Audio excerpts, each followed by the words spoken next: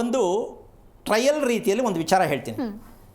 ಇದು ಹೊಸ್ತೇನೆಲ್ಲ ಹೇಳ್ತಾನೇ ಇದ್ದೀನಿ, ಆದರೆ ಪರ್ಟಿಕ್ಯುಲರ್ ಇದಕ್ಕೆ ಇದು ಬೇಕು ಅಂತ ಸೇರಿಸಿ ಇವತ್ತು ಹೇಳ್ತಾ ಇದ್ದೀನಿ ಅಷ್ಟೇ.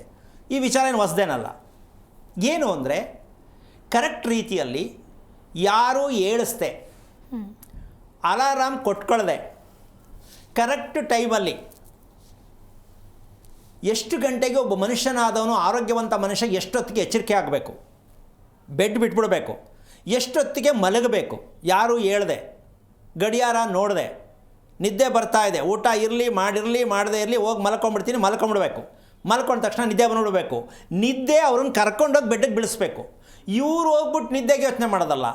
ಇವ್ರು ಯಾರು ಮಲ್ಕೊಳ್ಳೋಕ್ಕೆ ಟೈಮ್ ನೋಡ್ಕೊಂಡು ಕಾಯ್ತಾರೆ, ಮೊಬೈಲ್ ನೋಡ್ಕೊಂಡು ಟಿ ವಿ ನೋಡ್ಕೊಂಡು ಕಾಯ್ತಾರೆ, ಅವರು ಸತ್ತಿದ್ದಾರೆ ಅಡ್ವಾನ್ಸ್ ಆಗಿ.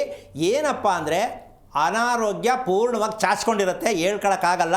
ಅಪ್ಪಿತಪ್ಪಿ ಯಾವಾಗಲೂ ಒಂದ್ಸಲ ಮಾತ್ರೆ ನುಂಗ್ಕೊಂಡು ಇರ್ತಾರೆ, ನಾನು ಚೆನ್ನಾಗಿದ್ದೀನಿ ಅಂತ ಹೇಳ್ತಾರೆ. ಅಂತೂ ಅರ್ಧ ಸತ್ತಿರ್ತಾರೆ. ಯಾರು? ನಿದ್ದೆಯನ್ನು ಬರಿಸಿಕೊಳ್ಳುವವರು ಅರ್ಧ ಸತ್ತಿದ್ದಾರೆ. ನಿದ್ದೆನೇ ಅವ್ರನ್ನ ಕರ್ಕೊಂಡು ಹೋಗೋದು 100 ವರ್ಷ ಇರ್ತಾರೆ. ಒಪ್ಕೋಬೋದಲ್ಲ? ಈ 100 ವರ್ಷ ಅವಧಿಗೆ ಆಯಸ್ಸೇ ಇಲ್ಲದೆ ಇದ್ದ ಮೇಲೆ ಮದುವೆ ಯಾಕೆ ಮಾಡ್ತೀರಾ? ಇಲ್ಲಿ ಪುರೋಹಿತರು ಹೇಳ್ತಕ್ಕಂಥದ್ದು, ಇವತ್ತು ನಾನು ಫಸ್ಟ್ ಪ್ರಾರಂಭದಲ್ಲೇ ಯಾಕೆ ಆ ವಿಚಾರವನ್ನು ನಾನು ಕಮ್ಮಂಗಿಗಳು ಅಂತ ಹೇಳಿದೆ ಅಂದರೆ, ಈ ವಿಷಯವನ್ನು ನಾನು ಹೇಳಲೇಬೇಕು. ಹಂಗಾದರೆ ನಿಮ್ಮ ಸಲಹೆ ಏನು ಅಂತ ನೀವೆಲ್ಲ ಕೇಳ್ತೀರಾ. ನೀವೇನು ಹೇಳ್ತೀರಾ ಹಂಗಾರೆ ಸತ್ಯ ಅಂತ ನಾವು ಹೆಂಗೆ ನಂಬಬೇಕು ಅಂತ ಅನ್ಕೋತೀರಾ? ಹೌದಲ್ಲಮ್ಮ? ಹೇಳಲೇಬೇಕಲ್ಲ. ಅದಕ್ಕೋಸ್ಕರವಾಗಿ ನಿದ್ದೆ, ಎಚ್ಚರ ಇದು ಎರಡು ಮಕ್ಕಳಿಗೆ ಅತಿ ಮುಖ್ಯವಾಗಿ ಕಲಿಸೋವಂಥ ಪ್ರಯತ್ನ ಯಾವ ಮನೆಯಲ್ಲಿ ನಡೀತಾ ಇದೆ ಸ್ವಲ್ಪ ಯೋಚನೆ ಮಾಡಿ. ದೊಡ್ಡವ್ರು ಬೇಡ, ಮದುವೆ ಆಗೋದು ಬೇಡ, ಯಾವ ಮಕ್ಕಳಿಗೆ ಹೆಣ್ಣಾಗಲಿ ಗಂಡಾಗಲಿ ತಂದೆ ತಾಯಿಗಳಿಗೆ ನಾನು ಒಂದು ಪ್ರಶ್ನೆ ಕೇಳ್ತೀನಿ.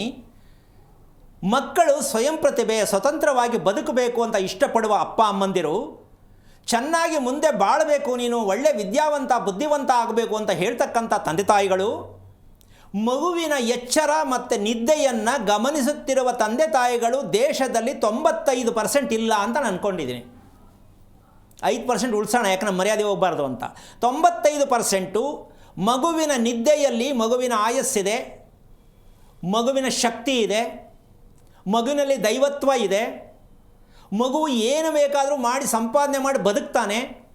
ಇವೆಲ್ಲವೂ ಇದೆ ಅಂದರೆ ಸ್ವಯಂ ಪ್ರಕಾಶ, ಆ ಬೆಳಕು ಅನ್ನೋದೇ ಭಗವಂತ, ಚೈತನ್ಯ ಅನ್ನೋದೇ ಒಂದು ಶಕ್ತಿ.